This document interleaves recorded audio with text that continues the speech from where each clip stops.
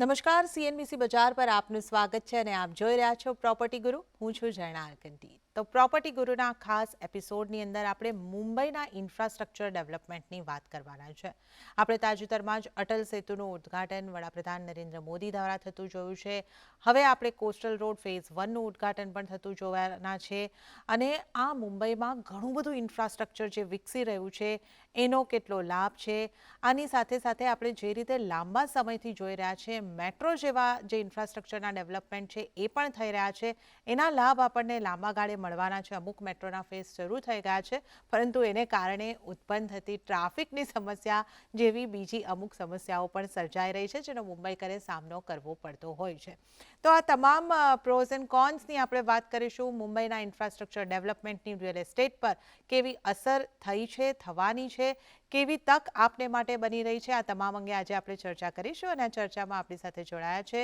મેન્ડરસ પાર્ટનર્સના managing partner Naushad Panjwani નૌશાદજી સ્વાગત છે આપનું સીએનબીસી બજાર પર પ્રોપર્ટી ગુરુના આ શોમાં તો નૌશાદજી જે રીતે આપણે અહીંયા આગળથી આ શોની ભૂમિકામાં વાત કરી કે મુંબઈમાં ઘણું બધું ઇન્ફ્રાસ્ટ્રક્ચર ડેવલપમેન્ટ અહીંયા આગળથી થતું આપણે જોઈ રહ્યા છે તો તે અંગે આપણે ખાસ ચર્ચા કરવાના છે ઘણા બધા પ્રોજેક્ટ આપણે જોઈ રહ્યા છે અને એક પછી એક આપણે આ પ્રોજેક્ટ અંગે વાત કરીએ અટલ સેતુથી આપણે શરૂઆત કરીએ કારણ કે આ એવો ખૂબ મોટો પ્રોજેક્ટ છે ઇન્ડિયાનો સૌથી લાંબો આ સમુદ્રી બ્રિજ છે શરૂઆત એની થઈ ચૂકી છે પહેલાં તો આપણે અહીંયાથી શરૂઆત કરીએ કે આપ કઈ રીતે જોઈ રહ્યા છો આનો કેટલો લાભ મુંબઈકર્સને અને રિયલ એસ્ટેટના ક્ષેત્રે વાત કરીએ મુંબઈકર્સની વાત કરીએ કેટલો લાભ આનો મળી રહ્યો છે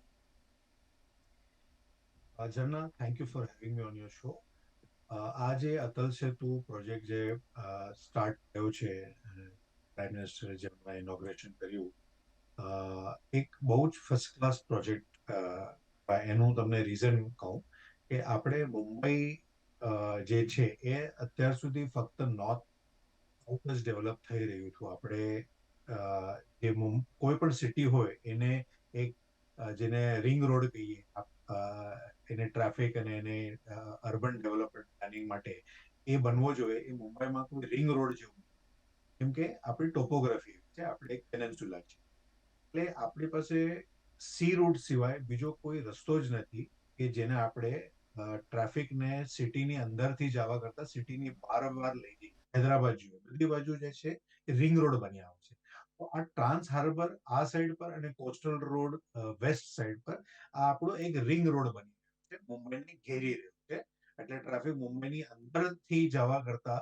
મુંબઈની બહાર સિટીની બહારથી જશે એટલે આ એક એનું પ્લાનિંગનું પર્પસ છે હવે આપણે જોઈએ અટલ સેતુ પર્ટિક્યુલરલી કઈ રીતે આપણને બેનિફિટ થાય છે તો આપણે આમ જોઈએ કે મુંબઈના જે સાઉથ મુંબઈ છે ત્યાં ઘણા બધા જે સેન્ટ્રલ બિઝનેસ ડિસ્ટ્રિક્ટ છે ઘણા બધા પ્રોજેક્ટ્સ જે છે ઘણા બધા બિઝનેસ એરિયા જે છે વિસ્તાર છે એ દબાઈ રહ્યા હતા ઇકોનોમિકલી અને પબ્લિક શિફ્ટ થઈ રહી હતી નવા વિસ્તારો આ આવવાથી પહેલો એડવાન્ટેજ હું જોઉં છે કે સાઉથ મુંબઈમાં રિયલ એસ્ટેટમાં એક ઇન્ટરેસ્ટ વધશે અને જે જૂના પ્રોજેક્ટ જે છે એની રીડેવલપમેન્ટ થશે એની રેટ્રોફિટ થશે રેનોવેશન થશે અને એનો એક એ લાભ સાઉથ બોમ્બેને મળશે સેકન્ડ આપણે જોઈએ કે નવી મુંબઈ એરપોર્ટ જે બની રહ્યો છે બહુ જ ફર્સ્ટ ક્લાસ મુંબઈ માટે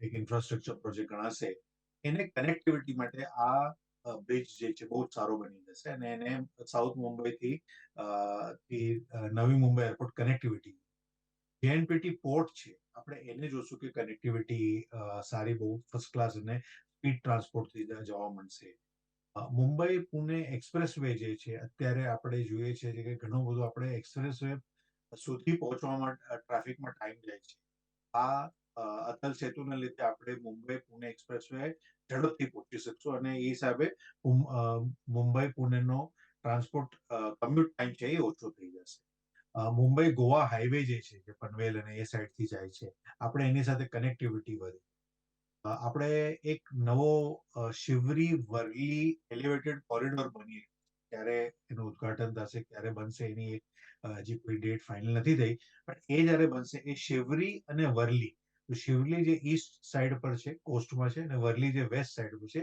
એને એલિવેટેડ કનેક્ટેડ, એટલે સિટીની અંદરથી ન જતા.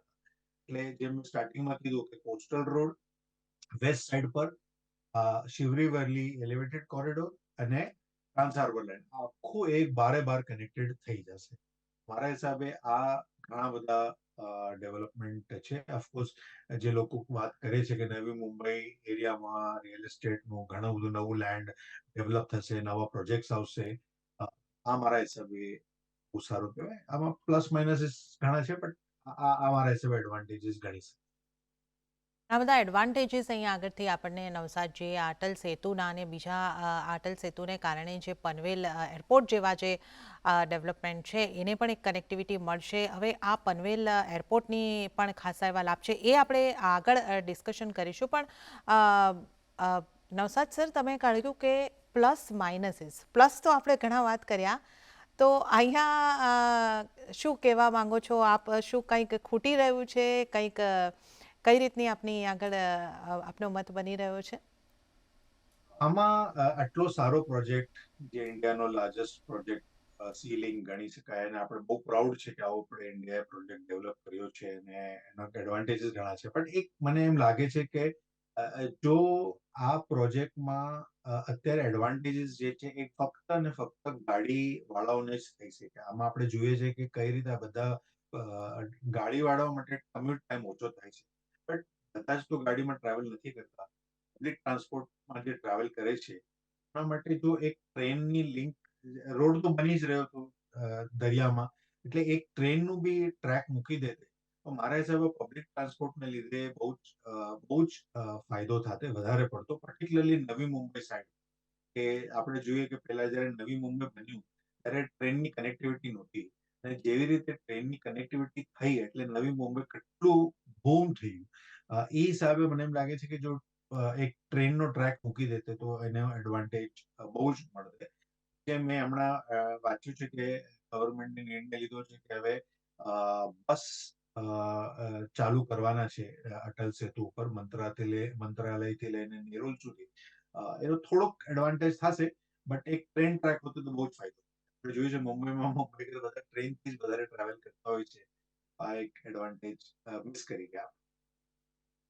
બહુ જ મહત્વનો મુદ્દો અહીંયા આગળથી આપણે નવસાદજીએ અહીંયા આગળથી ઉલ્લેખનો કર્યો છે કે ટ્રેનની કનેક્ટિવિટીનું મુંબઈ માટે ખાસ મહત્વ રહેલું છે. અને જો આ અપાયું હોત, એક જો ટ્રેનનો ટ્રેક સાથે સાથે લાગી ગયો હોત, તો ઘણા બધા લોકોને અહીંયાથી એનો લાભ મળી શક્યો હોત. અત્યારે માત્ર કારને જ અહીંયા આગળથી અલાઉડ કરવામાં આવી છે, અને હવે બસને અલાઉડ કરવામાં આવે એ રીતની ચર્ચા અહીંયા આગળથી થઈ રહી છે.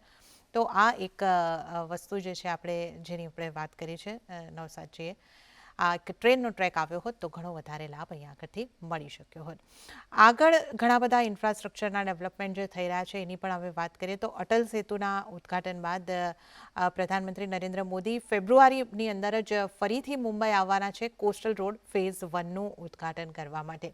નવસાદજી, આ કેટલો મહત્વનો પ્રોજેક્ટ, અને આનાથી આ ડેવલપમેન્ટથી કેટલી કનેક્ટિવિટી વધશે, કયા વિસ્તારને કેટલો લાભ થશે, આ અંગે આપનો પ્રતિભાવ?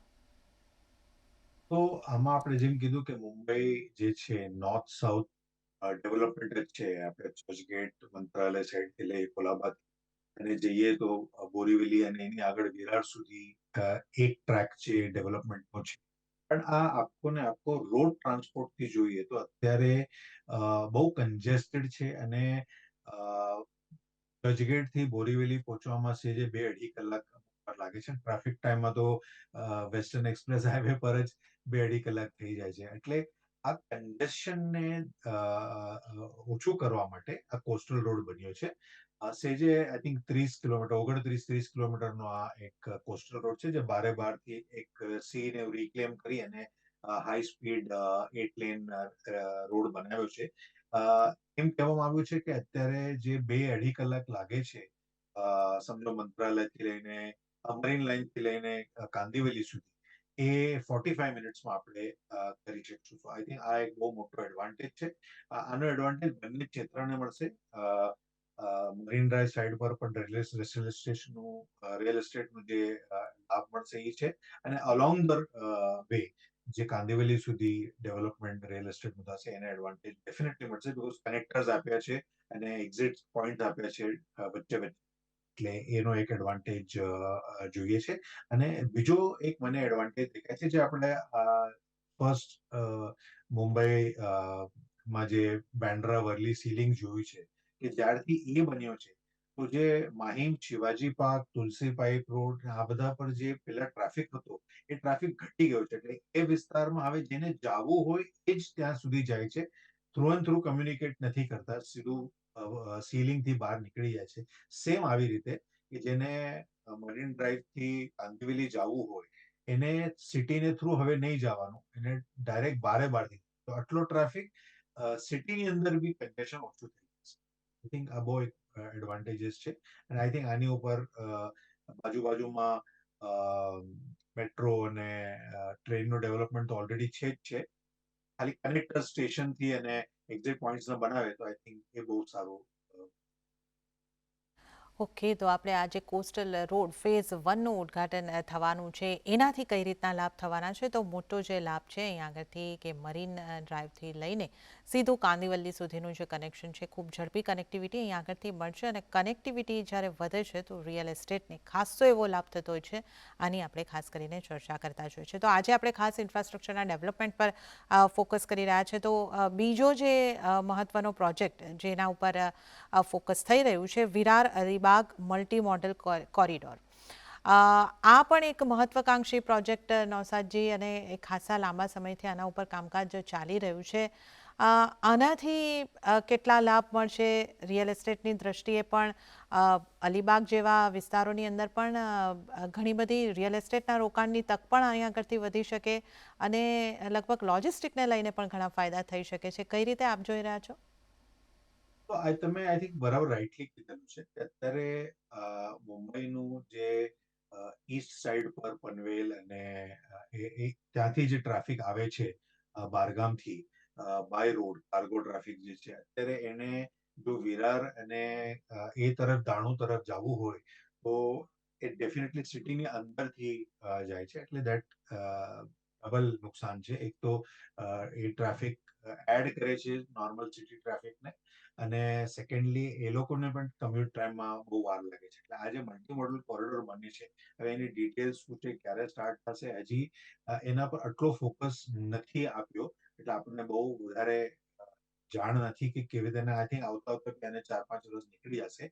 પણ ટૂંકમાં આ રોડનો એડવાન્ટેજ, આ જે કોરિડોર બનશે રેલ અને રોડનું કોમ્બિનેશનનું, આ જેએનપીટી પોર્ટ, પનવેલ અને મુંબઈમાં એ સાઈડથી આવવાનો જે કાર્ગો ટ્રાન્સપોર્ટ છે, એને ઇઝીલી બારથી લઈ જવામાં આવશે અને એનો ઘણો એડવાન્ટેજ મળશે. અને આનો મારા હિસાબે રિયલ એસ્ટેટ પર બહુ જ સારો ફરક પડશે. વિરાર અને ઈ સાઈડ પર એક તો બુલેટ ટ્રેનનું કનેક્ટિવિટી ત્યાં વિરાર સાઈડ પર થશે, અને આ જે મલ્ટી મોડલ કોરિડોર આવે છે વિરાર સુધીનો ડેડિકેટેડ, એટલે ઇન્ફ્રાસ્ટ્રક્ચર, લોજિસ્ટિક્સ, વેરહાઉસિંગ, નાની ઓફિસીસ અને રેસિડેન્શિયલ છે. આઈ થિંક મારા હિસાબે આ એક બહુ ફરક પડશે અને એમ્પ્લોયમેન્ટ અને જોબ ક્રિએશન પર બહુ ફાયદો થશે. નવસાદજી, આ કનેક્ટિવિટી કેટલી જરૂરી, અને આને લઈને પણ જે ઈસ્ટ વેસ્ટ કોરિડોર બની રહ્યો છે, કઈ રીતે આપ આ ડેવલપમેન્ટને જોઈ રહ્યા છો? આનાથી કેટલી મોટી તક આપ જોઈ રહ્યા છો? આનો હું તમને એક દાખલો આપીને કહું કે એકચ્યુઅલી તમને યાદ હોય તો આજથી 10-15 વર્ષ પહેલા આપણે ક્યારે પણ અંધેરીથી સમજો ઘાટકો પર જવું હોય તો આપણે દાદર સુધી આવી અને પછી ત્યાંથી ટર્ન લઈને પાછું એક ખાલી અંધેરી ઘાટકો પર બની ગયો રોડ. એનાથી કેટલો બધો ટ્રાફિક ઓછો થઈ ગયો અને ઝડપથી ટ્રાવેલ હોય. એ જોતા પછી ઘણા બધા ઈસ્ટ વેસ્ટ કનેક્ટિવિટી બન્યા છે, જેમ કે બેન્ડ્રા કુર્લા કનેક્ટિવિટી છે, ચેમ્બુર સાન્ટાક્રુઝ લિંક રોડ બની ગયો છે, એની કનેક્ટિવિટી છે. હવે ગોરેગાંવ, મલાડ બધી બાજુ બની રહી છે. એટલે આ બધા જે ઈસ્ટ વેસ્ટ કનેક્ટિવિટી છે, એનાથી ઘણો બધો કમ્યુટિંગ ટાઈમ ઓછો થઈ જાય છે. અને જે નબળા વિસ્તાર છે એને જો સારા વિસ્તાર સાથે કનેક્ટિવિટી સારી થઈ જાય તો બંનેને ડેવલપ થાય છે. કેમ કે એક સાઈડ પર એમ્પ્લોયમેન્ટ, જ્યાં સસ્તી લેન્ડ છે ત્યાં એમ્પ્લોયમેન્ટ ડેવલપમેન્ટ થાય છે, અને જ્યાં પ્રેસ્ટિજિયસ એરિયા છે, જેમ કે વર્સોવા લઈ લો કે આ બધા એરિયામાં ત્યાં રેસિડેન્શિયલનું પણ એડવાન્ટેજ. આઈ થિંક એ એક બહુ પ્રિન્સિપલી જે મુંબઈમાં લેકિંગ હતું, આઈ થિંક હવે એ ધીમે ધીમે બધું ક્લિયર થાય છે. અને આમાં મારા હિસાબે ગોરેગાંવ મુલુંડ જે છે એક બહુ જ ઇમ્પોર્ટન્ટ કનેક્ટિવિટી બની રહ્યું છે. એનાથી આપણે જોશું કે બંને ગોરેગાંવ અને મુલુંડ એ વિસ્તારને બહુ જ એડવાન્ટેજ મળશે, કમ્યુટિંગ ટાઈમ ઓછો થઈ જશે. અને મારા હિસાબે ગોરેગાંવ જે અત્યારે CBD ગણાય છે, જ્યાં આટલી બધી ઓફિસીસ છે, અને મુલુંડ જ્યાં આટલા બધા રેસિડેન્શિયલ બની રહ્યા છે, એ કનેક્ટિવિટી થવાથી બહુ જ લાભ મળશે. ઈસ્ટ વેસ્ટ કનેક્ટિવિટી તો એક બહુ જ જૂની 40-50 વર્ષ પહેલા બની જવું જોઈતું હતું, હવે બની રહ્યું છે. એટલે આઈ થિંક વેરી ગુડ. એ ઉપરાંત બીજા બી સમજો ને કે નાના નાના કનેક્ટિંગ, હવે આયરોલી કટાઈ ટનલ બને છે, કંઈક છે જે 2 કિલોમીટરનું બી ટનલ નહીં હોય, પણ એ આયરોલી કલ્યાણ શીલ કોરિડોર જે બને છે એને જોઈન કરી અને ત્યાં જે ડિસ્ટન્સ ઓછા થાય છે. I think it's all about હવે ફાસ્ટર કમ્યુનિકેશન, કમ્યુટિંગ અને લોઅર જે ટ્રાવેલ ટાઈમ છે. આઈ થિંક એ એક બહુ જ ઇમ્પોર્ટન્ટ ઈસ્ટ વેસ્ટ કનેક્ટિવિટીનો એડવાન્ટેજ. ઓકે, તો ઈસ્ટ વેસ્ટ કનેક્ટિવિટી જેની ખાસા વર્ષોથી જરૂર હતી, હવે એના ઉપર ધ્યાન અપાઈ રહ્યું છે અને આ પ્રોજેક્ટને આપણે આવતા જોશું તો એનો ખાસો મોટો લાભ જે છે એ આગળથી મળી શકે છે. અરોલી કટાઈ ટનલ જેવા પણ જે કનેક્ટિવિટી આવવાની છે એનાથી પણ એક મોટા લાભ આપણે જે જોઈ શકીએ છીએ. સમયનો ઘણો બધો બચાવ અને લોજિસ્ટિક ઝડપથી થઈ શકશે, તો આ એક મોટા ફાયદાઓ જે છે એ આગળથી આપણે જોઈ રહ્યા છે. આગળ હવે આપણે ખાસ વાત કરી લઈએ. અગાઉ આપણે જે ઉલ્લેખ કર્યો હતો કે પનવેલ એરપોર્ટ, હવે આની પણ આપણે ખાસા સમયથી રાહ જોઈ રહ્યા છે. 2025 માં માર્ચ સુધીની એક અપેક્ષા અહીંયા આગળથી સેવાઈ રહી છે કે આ કાર્યરત થાય અને ઓપરેશનલ થઈ શકે. કેવી સ્થિતિ આપને લાગી રહી છે? આ પનવેલની ખાસી આપણે રાહ જોઈ છે, આ આવી જાય છે તો કેટલો મોટો ફાયદો આવતો દેખાઈ શકે છે? એક તો હમણાં જ તમે ગઈકાલના ન્યૂઝપેપરમાં વાંચ્યું હશે કે મુંબઈ એરપોર્ટને કહેવામાં આવ્યું છે કે they should handle lower number of aircraft, તાકી જે ટ્રાફિક જે છે થોડુંક ડિકન્જેસ્ટ થઈ શકે. એ ઓલરેડી જે મુંબઈ એરપોર્ટ છે એ એકદમ કન્જેસ્ટેડ થઈ ગયું છે, ટ્રાફિક વધી જ ગયો છે, અને નવી એરલાઇન્સને નવા પ્લેનને લેન્ડ કરવાનો કોઈ સ્કોપ જ રહેતો નથી. એટલે એક બોટલનેક જેવું થઈ ગયું છે. હવે આ એક નવો એરપોર્ટ બનવાથી ડિકન્જેશન થઈ જશે. મુંબઈ એરપોર્ટ પર જે ફ્લાઇટ લેન્ડ થાય છે તો થાય જ છે, પણ નવી મુંબઈમાં ઘણી બધી નવી ફ્લાઇટ્સ લેન્ડ થાય છે, એટલે કેપેસિટી વધી જશે. વન કે મુંબઈમાં આવતી અને મુંબઈથી બહાર જતી એરલાઇન્સ કે જે પ્લેન્સ જે છે એ વધી જશે. એક સૌથી મોટો એ એડવાન્ટેજ. બીજો જે છે કે હવે ડેવલપમેન્ટ જે રીતે થયું છે છેલ્લા 50-60 વર્ષમાં, કે મુંબઈ એરપોર્ટની આજુબાજુમાં જ એટલું બધું ડેવલપમેન્ટ થઈ ગયું છે કે એરપોર્ટ પહોંચતા કે એરપોર્ટથી બહાર નીકળતા તમને બહુ ટાઈમ લાગે, બહુ જે છે એની તકલીફો થાય છે. ને એમાં સૌથી મોટો ડિસએડવાન્ટેજ છે કે જે કાર્ગો આવવો જોઈએ એ નથી થઈ શક્યો. એટલે પણ સારું પોર્ટ હોવા છતાં બી આપણે એર કનેક્ટિવિટી આપી છે. હવે નવી મુંબઈમાં મારા હિસાબે સૌથી મોટો જે ફાયદો મળશે, જે કાર્ગો એર કાર્ગો છે એનું ઘણી બધી ફ્લાઇટ હવે લેન્ડ થઈ શકશે, અને એના હિસાબે એ એરિયામાં જે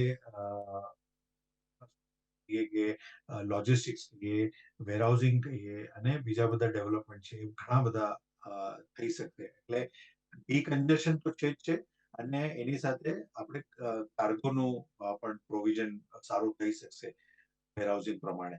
અને આઈ થિંક આમાં મને સૌથી સારી વાત એ લાગે છે કે પહેલા દિવસથી જ આ એરપોર્ટને મુંબઈથી મેટ્રોથી કનેક્ટ કરવામાં આવશે. એટલે પબ્લિક ટ્રાન્સપોર્ટ જે છે, આજે આપણે જોયું છે લંડનમાં અને બીજી બાજુ કે લોકો એરપોર્ટ જવા માટે ગાડીઓ નથી લેતા, મેટ્રોમાં જઈએ છે.